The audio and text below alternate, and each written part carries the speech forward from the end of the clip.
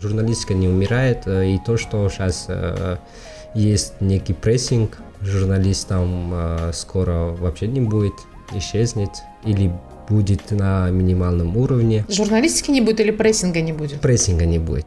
Ты себе составил гипотезу, собрал огромное количество данных.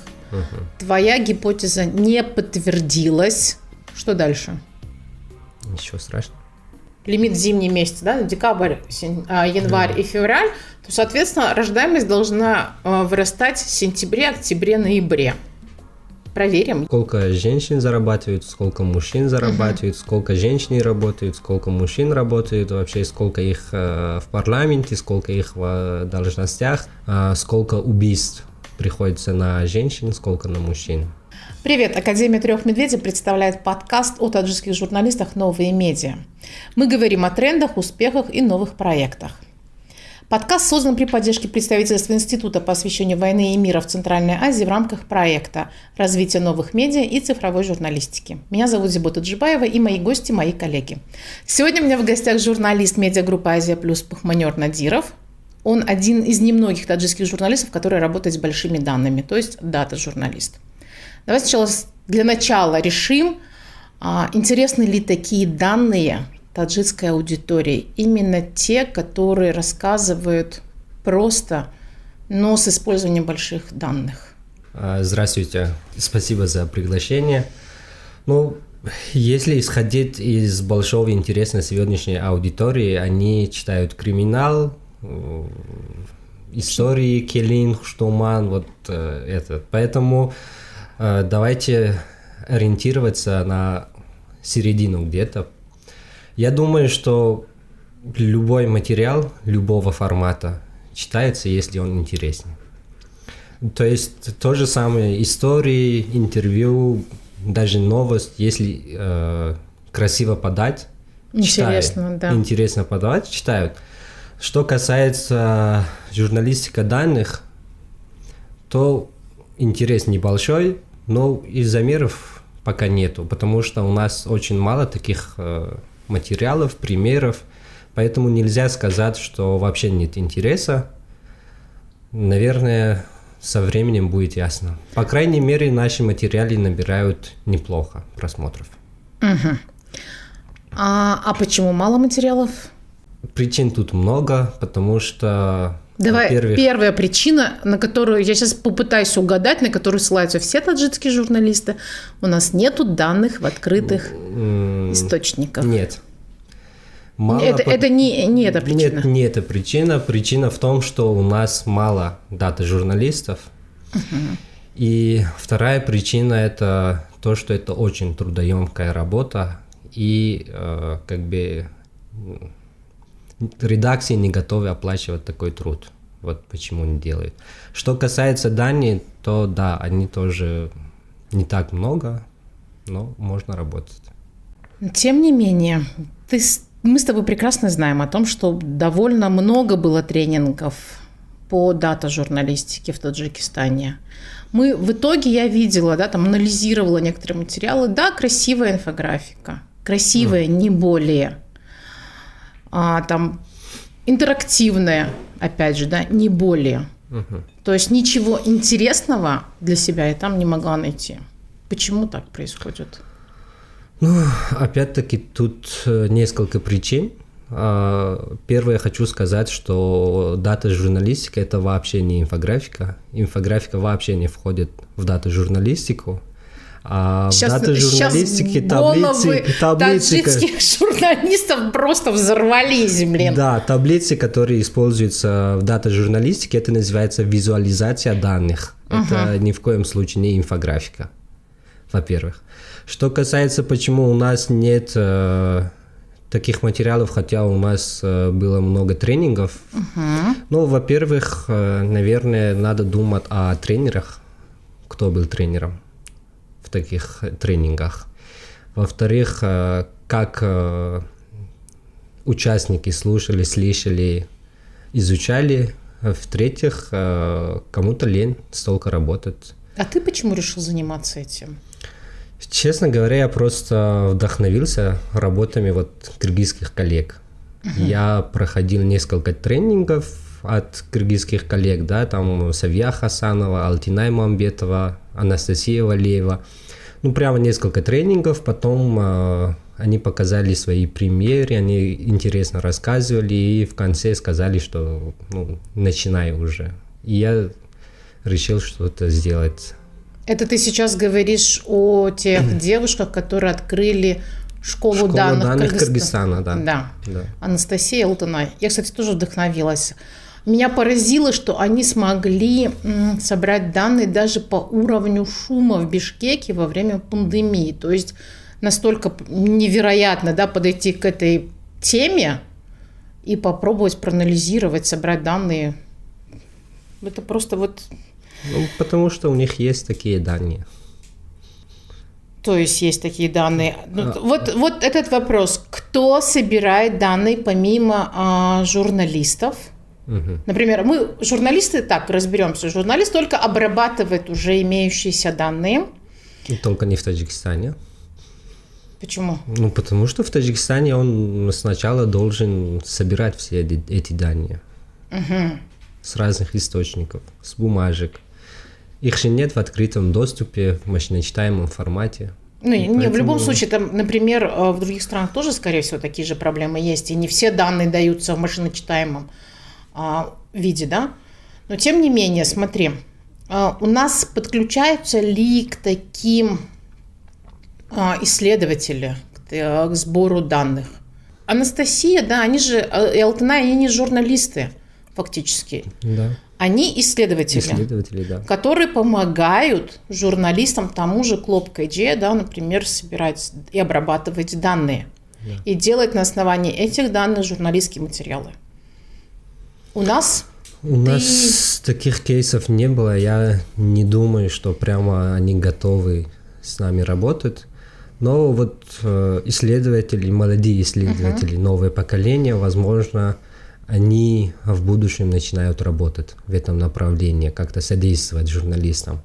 А так, как вы говорите, как Анастасия Валеева или Алтинай Мамбетова, я не думаю, что у нас будет таких исследователей и таких кейсов, которые они делают в Бишкеке. Почему опять вопрос? Смотрите, тут, во-первых, у нас очень мало данных. Во-вторых, я уже сказал, что это очень трудоемкая работа и должна оплачиваться соответственно. К сожалению, у нас с финансом всегда проблемы. Но это в редакциях, да. А почему нет у исследователей интереса к таким вещам? То же самое, они тоже должны работать, зарабатывать. И, как правило, мы делаем в большом объеме, да, какую-то работу, и получаем, и за счет объема получаем денег. А если ты там, например, выпустил одну публикацию в месяц с большими данными, кто же тебе платит такое? Месячную зарплату. И при этом еще у меня один преподаватель говорил о том, чтобы работать с большими данными, нужно иметь железную попу. Это Согласен. Ты просто сутками 100%, да. должен сидеть. Дата-журналист – это, по сути, и журналист, и расследователь, и аналитик, и технарь. У тебя получается это совмещать? У меня получается все это совмещать. Плюс я работаю в паре, в тандеме с моим коллегом Пайрав Чуршамбиевым. Он как очень хороший журналист экономического блока, как экономический обозреватель. Он хорошо знает, откуда найти цифры, как правильно посчитать. Поэтому мы вместе работаем, и у нас это очень хорошо получается. Вот работать над одним материалом вместе. Какой был последний материал совместный? Последний совместный материал – это про госбюджет Таджикистана. Кто пополняет госбюджет Таджикистана. Какая гипотеза была там? Гипотеза то, что основная доходная часть бюджета Таджикистана пополняются налогами. Именно НДС. То есть там средний и большой бизнес, да? Да, получается, да. А еще какие-то гипотезы были помимо этого в вашем материале? Мы рассчитывали, что будут еще гранты кредите. И мы не ошиблись. Так, и они Потому тоже что на первом месте налоговые поступления, на втором месте гранты и кредит.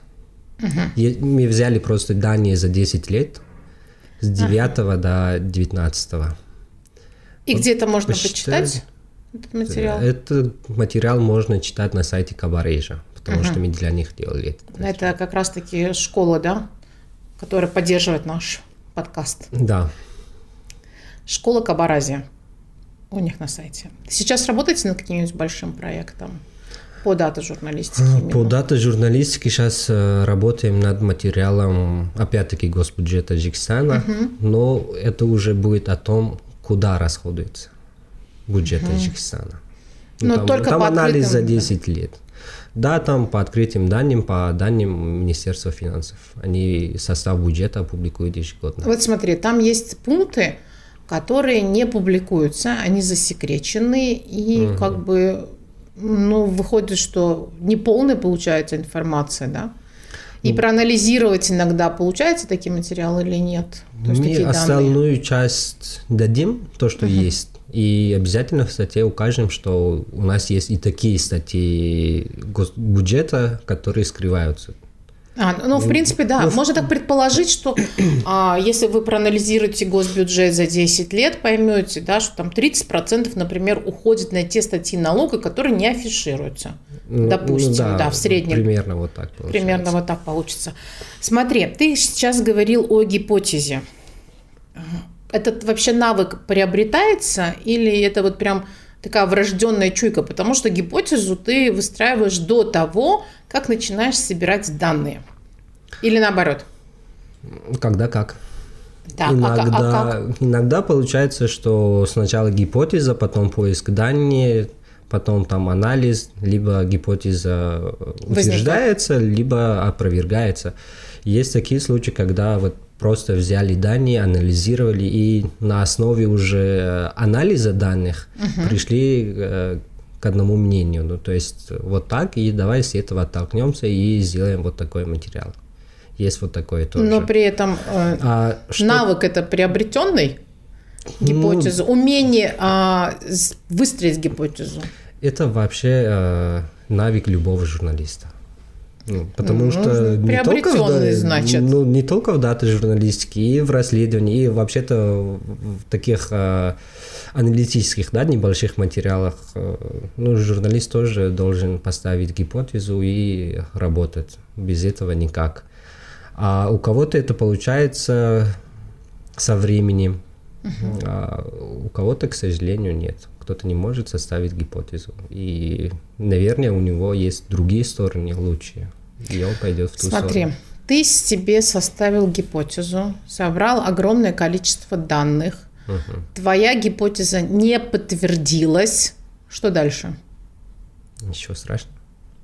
Ты складываешь свои данные в стол? Нет, я публикую. И что, с неподтвержденной гипотезой? Нет, смотрите, когда делаем материал, любой материал, да, не только дата-журналистика, мы же не хотим свои утверждения показать читателям, а как есть. Ну, то есть поставили гипотезу в дата-журналистике, взяли данные за 10, за 20 лет, анализировали, и гипотеза не подтвердилась, это такой объем работы, во-первых. Во-вторых, значит, это не так, мы ошиблись, а как есть на основе данных, уже на основе анализа, мы публикуем материал. А можно ли потом еще одну гипотезу выстроить?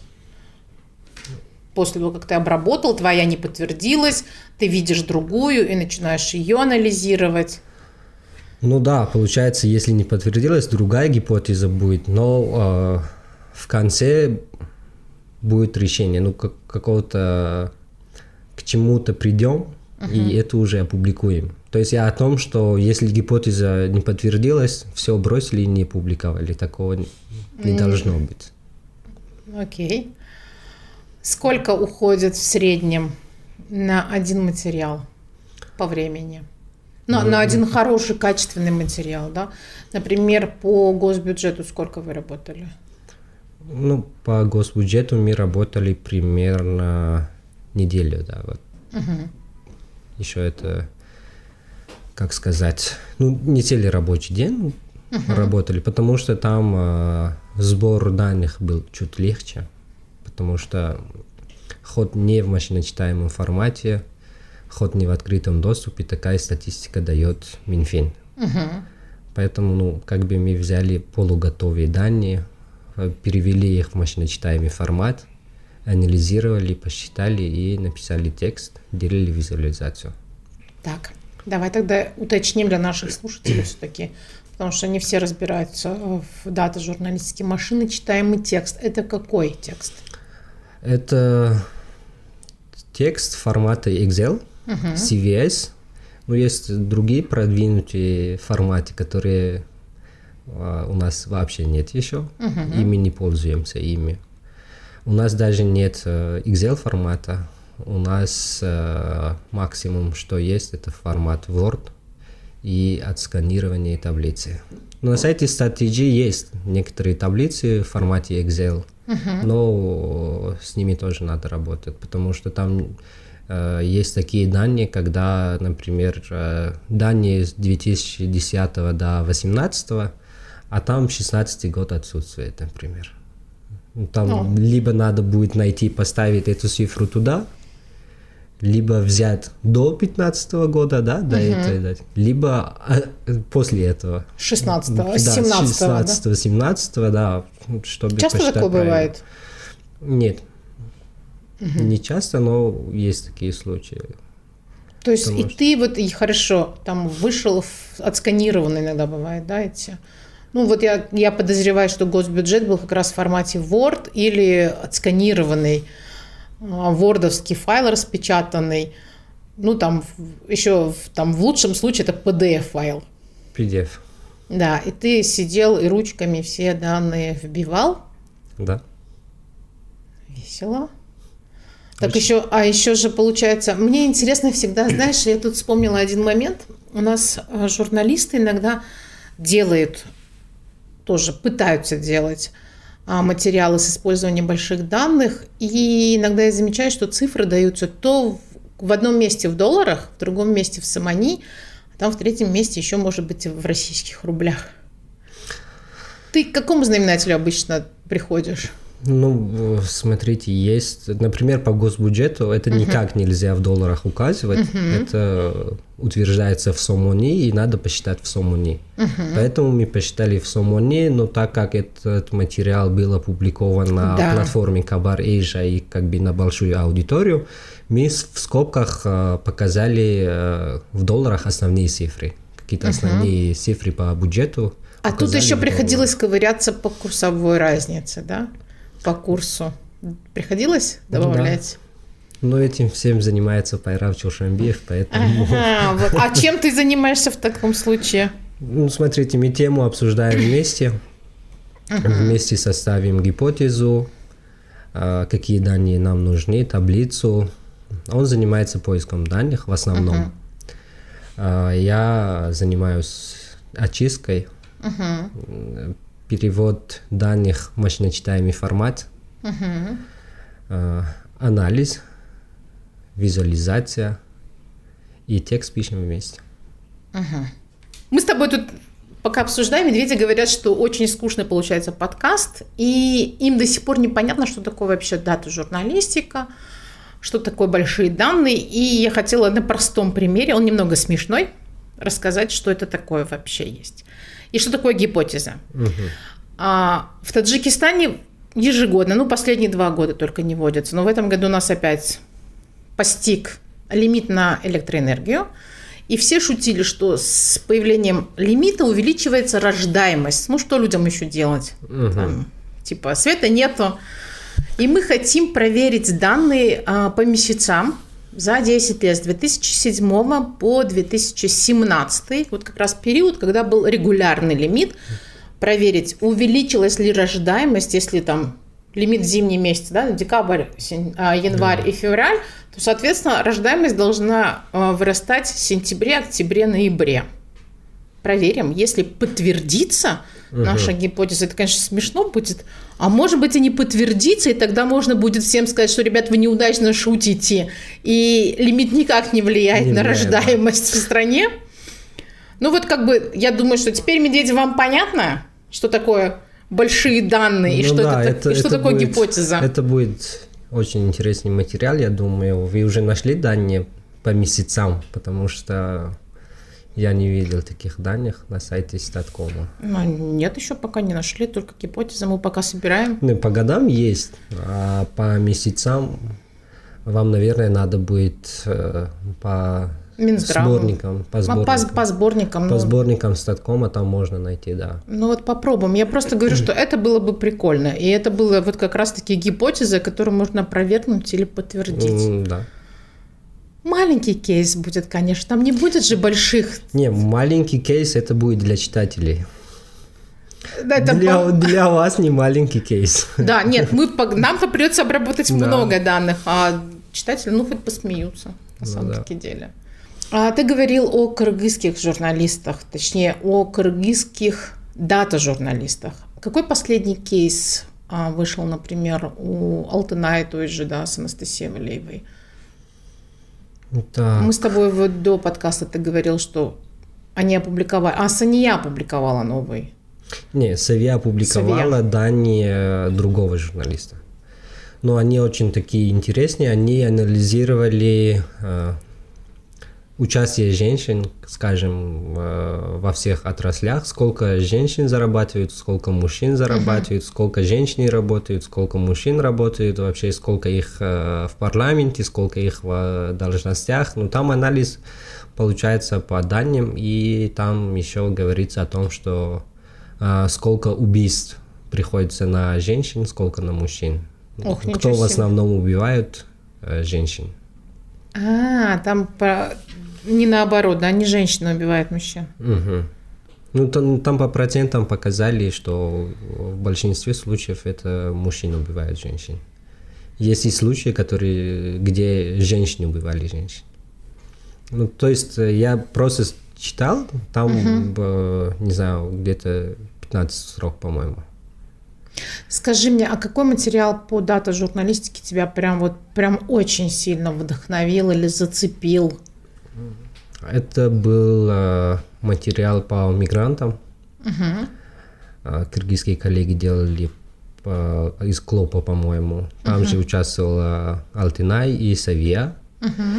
Это было о том, что мигранты кормят Кыргызстан, при этом их не поддерживают, и еще они показывали по регионам, какой регион Кыргызстана больше всего зависит от денег мигрантов и откуда больше уходят на миграцию. У вас тоже, кстати, был материал по миграции, но по регионам вы не делали такую разбивку. Ну, наш материал как раз-таки с вдохновлением на их материал получается, похож, но у нас, к сожалению, не было данных по регионам, поэтому пришлось с тем, что есть, сделать такой материал. Но там, в принципе, мы доказали, что мигранты кормят всю страну, всю Таджикистан. Чего не хватает все-таки таджикским журналистам? Вот даже не в дата-журналистике, да, а просто смотришь, вроде бы журналистов стало больше. И у нас очень много факультетов, которые готовят журналистов. Но качество материалов... ухудшается. Да. Как бы ни печально это ни звучало, с каждым годом качество материалов становится все хуже и хуже. Ну, во-первых... Ты вздохнул так? Да. Где приходится работать с молодыми? Скорее всего... Это начиная с факультетов, потому что там не дают последние, скажем, образования по журналистике. Там все еще говорят о жанрах и по тем книгам, которые были опубликованы во времена Советского Союза. А о современной журналистике в Национальном университете начали преподавать какие-то курсы по веб-журналистике, по инфографике, насколько я знаю, там есть. Но это подкурсы, это не основные, это да. Не основные. Основные по той же системе, которая и была в Советском Союзе.